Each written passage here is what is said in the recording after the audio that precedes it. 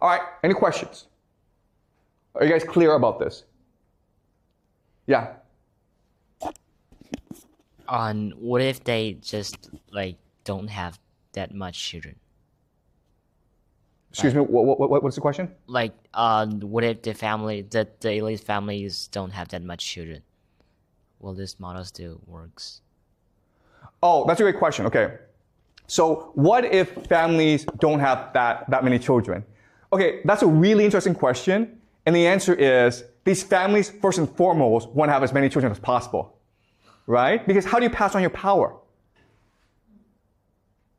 So maybe the middle class don't want to have that many children, but the elite will have a lot of children because they need to be able to pass on their power and privilege to their children.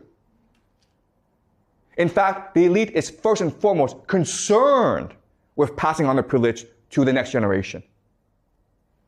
Okay? And that's why these elite families expand so fast. And also, who wants to marry into elite families? Who wants to marry into them? Everyone. All right? And they have to marry into other families in order to maintain their power. Okay? So having children in a marriage is a way for the elite to maintain their power. Okay? But that's a good question. Any more questions before I continue? Okay, so let us summarize what we've learned so far and discuss what is it that allows societies to rise and fall. So we'll look at three phases: the rise, the decline, and the collapse. Okay, so when I mean decline, I don't mean like things are getting worse. I mean things aren't improving, okay? So rise is when things get better. Decline is when things are stagnant or getting slightly worse. Collapse is when society is about to fall apart. Okay? So if you look at these three particular phases of society, there are different characteristics. When society rises, it is first and foremost open. Open just means that you have opportunities for social mobility in the society. If you're a poor person, you can make money. You can become wealthy. Your talent is appreciated. It's a meritocracy. It's innovative. If you criticize society, people are like, thank you for criticizing us because criticism makes us better people. Okay, there's open debate. Now, what's really interesting is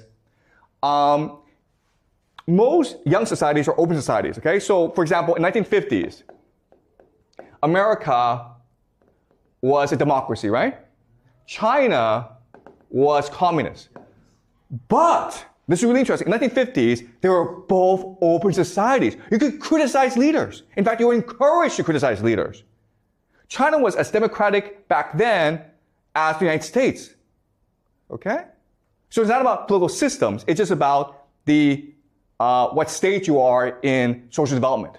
So if you're young, you're going to be open, you're going to be democratic, you're going to be meritocratic. You want to learn, so you will listen to criticism, okay? That's the first great characteristic of a society on the rise. It's openness. But when you reach a decline phase, guess what? Society becomes bureaucratic. Okay? Bureaucratic. Why?